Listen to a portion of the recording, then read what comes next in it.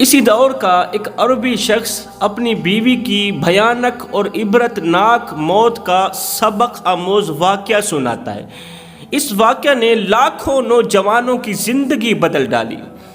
وہ کہتا ہے، میں ایک لڑکی سے بے پناہ محبت کیا کرتا تھا۔ محبت ہی نہیں، مودت بھی کرتا تھا۔ جس طرح مچھلی کو پانی کے ساتھ مودت ہوتی ہے، جس طرح مچھلی پانی کے بغیر زندہ نہیں رہ سکتی، میں بھی اس لڑکی کے بغیر زندہ نہیں رہ سکتا تھا۔ کال کے ذریعے دن رات ہم گپ شپ کرتے رہتے تھے۔ اللہ تعالیٰ نے ہم پر مہربانی فرمائی، ہم پر کرم کیا کہ دونوں محبت کرنے والوں کو آپس میں ملا دیا۔ میری لو میرج ہوئی۔ جس لڑکی سے میں محبت کرتا تھا، پیار کرتا تھا، اسی لڑکی سے میری شادی ہو گئی۔ اب خوبصورت بیوی کے ساتھ خوبصورت لمحات گزرنے لگے۔ میری بیوی حافظ قرآن تھی، عالمہ تھی۔ وہ زمانے کی عورتوں میں سب سے زیادہ حسین و جمیل تھی، متقی پرہیزگار تھی۔ میری زندگی میں آنے کے بعد وہ متقی پرہیزگار بنی۔ وہ 5 وقت کی نمازی تھی۔ میری زندگی میں آنے کے بعد اس نے پچھلے تمام گناہوں سے توبہ کی اور اگلی نئی زندگی شروع کی۔ وہ 5 وقت کی نمازی تھی، عالمہ تھی، حافظ قرآن تھی۔ زندگی گزر رہی تھی، خوبصورت بیوی کے ساتھ خوبصورت محبت بھرے لمحات گزر رہے تھے۔ اچانک ایسا ہوا کہ میری بیوی بیمار ہو گئی۔ میری بیوی اس قدر بیمار ہوئی کہ میں نے بڑے بڑے ڈاکٹروں کے پاس بیوی کو بھیجا علاج معالجہ کے لیے۔ بڑے بڑے حکیم طبیب میری بیوی کے پاس آئے علاج کرنے کے لیے، لیکن میری بیوی کو شفا نہ ملی۔ میری بیوی کو ایسی مہلک بیماری لگی کہ اس بیماری نے میری محبت کو مجھ سے جدا کر دیا۔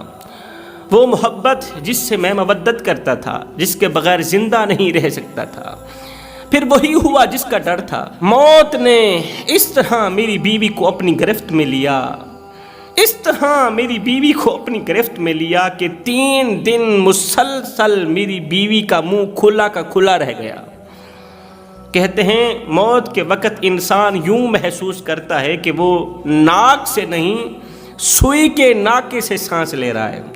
مجھے پکا یقین ہو گیا تھا کہ میری بیوی سوئی کے ناکے سے سانس لے رہی۔ سوئی کے ناکے سے سانس لیتے لیتے 3 دن 3 راتیں گزر گئیں۔ میری بیوی کا منہ کھلا کا کھلا رہ گیا۔ اب یہ اس بات کی علامت ہے کہ اللہ تعالیٰ اس پر ناراض تھا اور موت کے وقت اسے اس قدر تکلیف محسوس ہو رہی ہے۔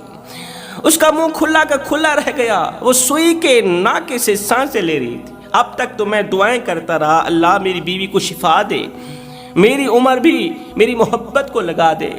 لیکن جب میں نے اس کی یہ خطرناک حالت دیکھی، عبرتناک حالت دیکھی، تو میں نے دعا کی، اللہ تو میری بیوی کو سنبھال ہی لے۔ میری بیوی بیماری سے تنگ آ چکی تھی، اس کی زندگی اجیرن بن گئی تھی۔ جب انسان کی زندگی اجیرن بن جاتی ہے نا، تو انسان باتوں باتوں پر حکیم طبیب کو یہی کہتا ہے، ڈاکٹر لگا مجھے زہر کا ٹیکا کہ اللہ مجھے موت ہی دے دے۔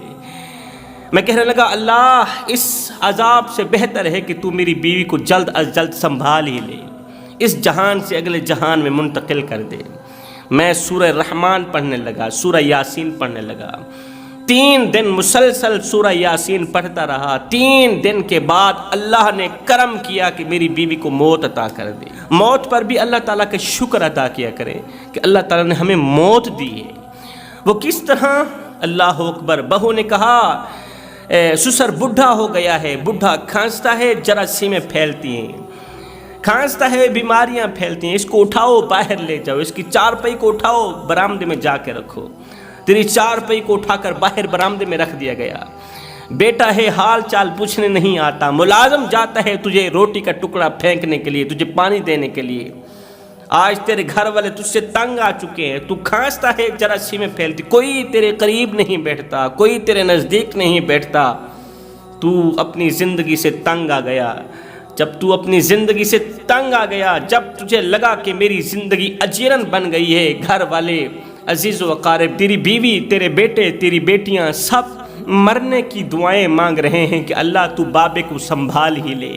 آج تیری زندگی اجیرن بن گئی۔ جب تو اپنی زندگی سے تنگ آیا پھر تو نے کہا ڈاکٹر لگا مجھے زہر کا ٹیکا کہ اللہ مجھے موت ہی دے دے۔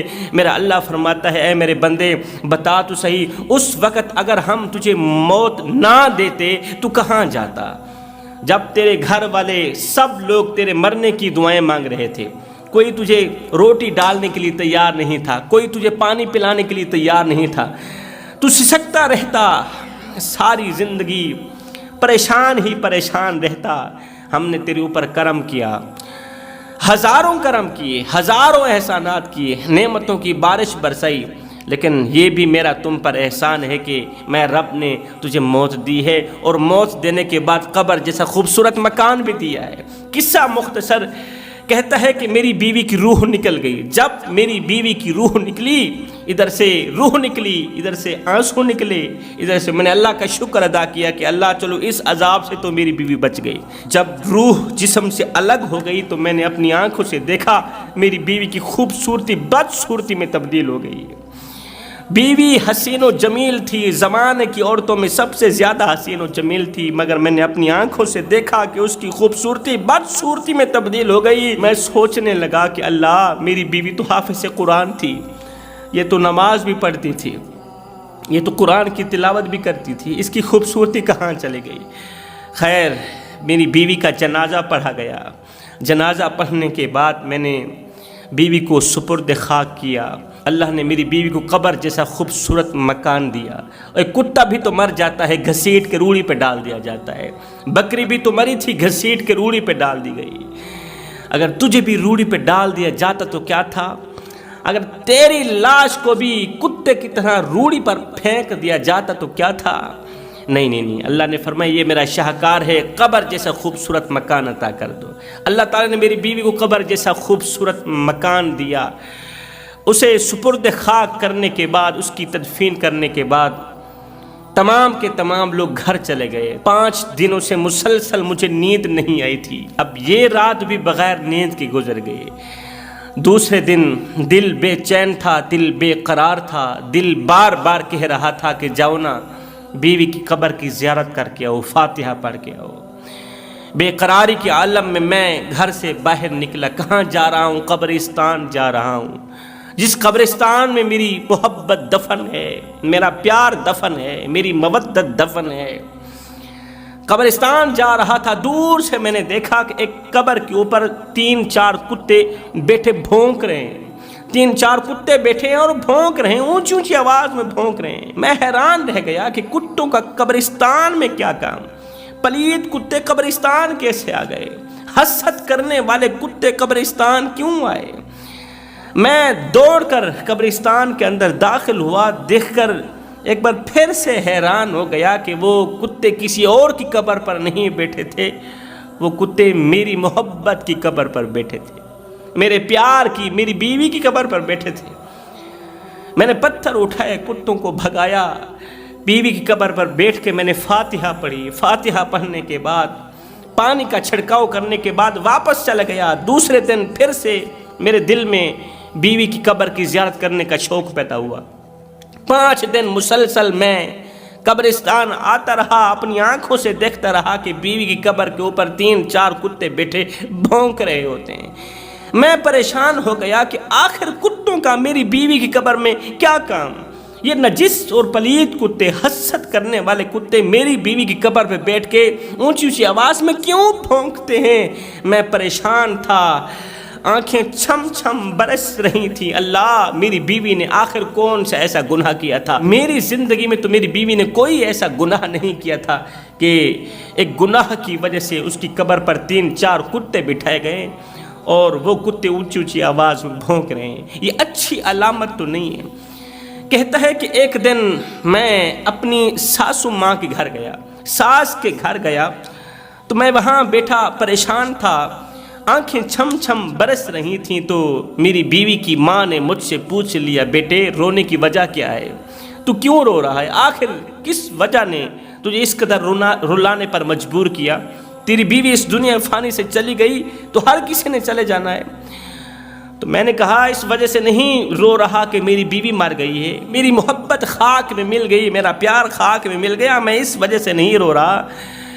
مصیبت یہ آن پڑی ہے کہ میری بیوی کی قبر کے اوپر 4 کتے بیٹھے ہوتے ہیں، وہ اونچی اونچی آواز میں بھونکتے ہیں، دن رات وہیں بیٹھتے ہیں۔ جب میں قبرستان جاتا ہوں تو ان کتوں کو بیوی کی قبر پر موجود پاتا ہوں۔ کہتا ہے یہ سنتے ہی میری ساس بھی اونچی اونچی آواز میں رونے لگی، ایک دم اس کی چیخ نکل گئی۔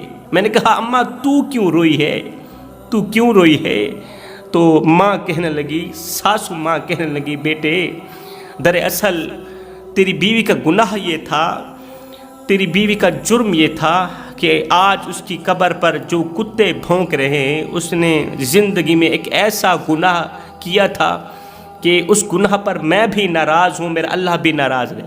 اسی گناہ کی نحوست کی وجہ سے، اسی گناہ کی نحوست کتوں کی شکل اختیار کر گئی ہے، اور وہ کتے روزانہ تیری بیوی کی قبر پر بیٹھ کر بھونکتے ہیں۔ شوہر نے کہا ماں جلدی بتا تیری بیٹی نے کون سے ایسے گناہ کیے تھے؟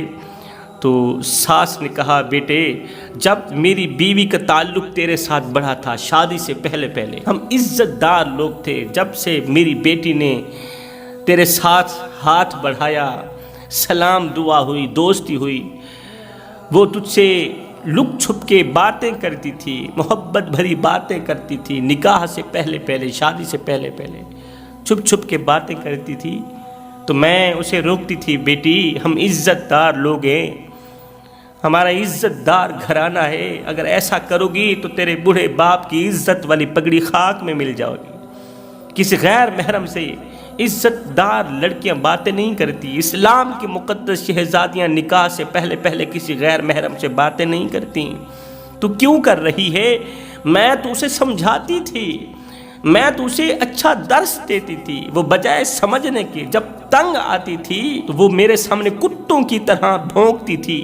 ایک دن تو کتوں کی طرح بھونکتے اس نے میرے منہ پر تھپڑ رسید کر دیا تھا، میرے منہ پر میری بیٹی اور تیری بیوی نے تھپڑ رسید کر دیا تھا، اور ہر وقت میرے سامنے کتوں کی طرح بھونکتی رہتی تھی۔ میں دعا کرتی تھی اللہ اس کمینے کو کبھی معاف نہ کرنا، یہ ظالم لڑکی بوڑھی ماں کے منہ پر تھپڑ رسید کرتی ہے، بوڑھی ماں کے آگے ہاتھ اٹھاتی ہے، کتوں کی طرح بھونکتی ہے۔ اللہ اس نے میرے ساتھ کیا تو اس کے ساتھ کرنا، اس نے مجھے رلایا تو اسی کو رلانا۔ اللہ تعالیٰ نے میری دعا کو قبولیت کا شرف عطا کیا۔ ایک ماں تھی نا، ماں کی دعا قبول ہوتی ہے۔ بیٹے وہ تو میری دعا قبول ہوئی ہے، وہ تو تیری بیوی کے ان گناہوں کی نحوست ہے جو تیری بیوی میرے گھر میں میرے سامنے میری بے عزتی کرتی تھی۔ اللہ اکبر۔ بوڑھے والدین کی قدر کیا کرو، بوڑھے والدین کی عزت کیا کرو۔ اگر بوڑھے والدین ناراض ہیں ساری زندگی نمازیں پڑھتے رہو۔ وہ تو حافظ قرآن بھی تھی، 5 وقت کی نمازی بھی تھی، کہاں گئی اس کی نمازیں،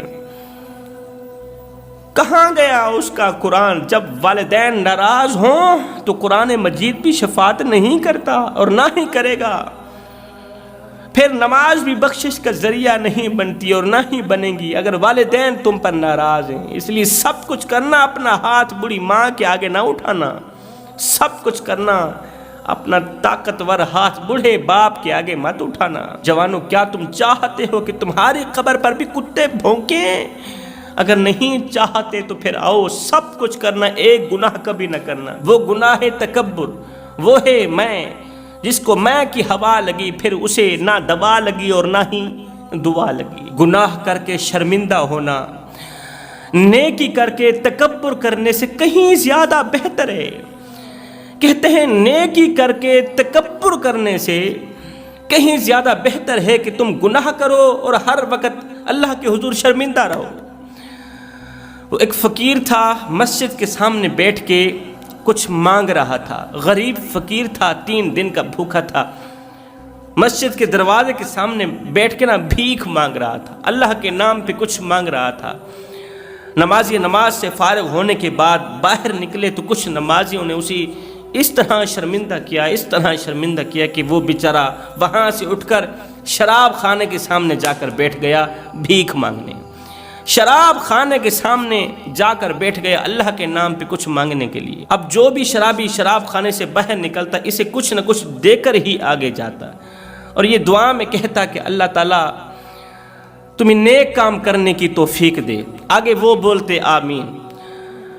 کوئی بھی شرابی شراب خانے سے باہر نکلتا اسے کچھ نہ کچھ ضرور دیتا، اور ساتھ میں کہتا یار ہم تو گنہگار ہیں، بدکار ہیں، سیاکار ہیں، دعا کرنا اللہ تعالیٰ ہماری مغفرت فرمائے، ہو سکتا ہے تجھے دیے گئے 10 روپے ہماری بخشش کا ذریعہ بن جائیں، ہماری ہدایت کا ذریعہ بن جائیں۔ وہ فقیر تھا اللہ والا، اس کے دل کا تعلق اللہ کی ذات کے ساتھ جڑا ہوا تھا۔ فقیر نے وہیں بیٹھ کے دونوں ہاتھ اٹھائے، عرض کیا میرے کریم رب ان تمام شرابیوں کو توبہ کی توفیق دے۔ یہ کتنے اچھے شرابی ہیں جو تیرے نام پر پیسہ قربان کرتے ہیں، تیرے نام پر میری بھوک مٹاتے ہیں، تیرے نام پر تیرے بندوں کی بھوک مٹاتے ہیں۔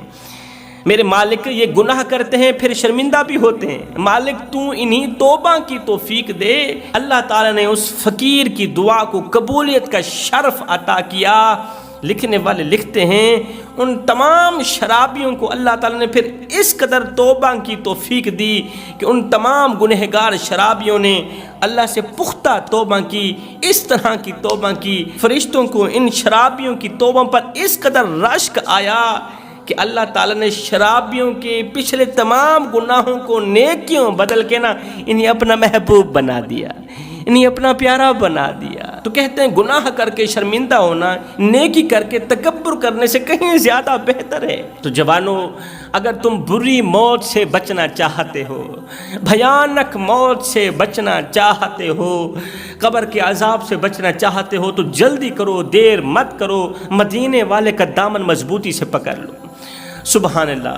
سیدنا موسیٰ علیہ السلام کا زمانہ تھا، آپ کے زمانے میں ایک مراسی تھا جو ہر وقت موسیٰ علیہ السلام کی نقلیں کرتا رہتا تھا، موسیٰ علیہ السلام کی ہر وقت نقلیں کرتا رہتا تھا۔ یہ نقال مراسی جب فرعون کے دربار پر جاتا تو فرعون کو نقل کر کے دکھاتا کہ موسیٰ یوں اٹھتا ہے، یوں بیٹھتا ہے، یوں زلفوں کو سنورتا ہے، یوں داڑھی پر ہاتھ پھیرتا ہے، یوں نماز پڑھتا ہے، یوں قیام کرتا ہے، یوں سجدوں پہ سجدے کرتا ہے، سجدے کے اندر یوں سبحان ربی الاعلیٰ کی تسبیح بیان کرتا ہے، یوں اٹھتا ہے، یوں بیٹھتا ہے۔ وہ ہر وقت موسیٰ علیہ السلام کا اٹھنا بیٹھنا بتاتا رہتا تھا نقل کے ذریعے، ہر وقت موسیٰ کی نقلیں کرتا رہتا تھا۔ ایک دن موسیٰ علیہ السلام نے دونوں ہاتھ اٹھائے، عرض کی یا باری تعالیٰ میں تو اس مراسی سے تنگ آ چکا ہوں، میرے مالک تو کرم کرنا، میری دعا قبول کرنا، اس مراسی کو فرعون سے پہلے مارنا، کیونکہ یہ مراسی مجھے بہت زیادہ تنگ کر رہا ہے، میری نقلیں کرتا ہے، میرا اٹھنا بیٹھنا بیان کرتا ہے، فرعون کے دروازے پر جا کر میری نقلیں کرتا ہے، فرعون سے انعام و اکرام وصول کرتا ہے۔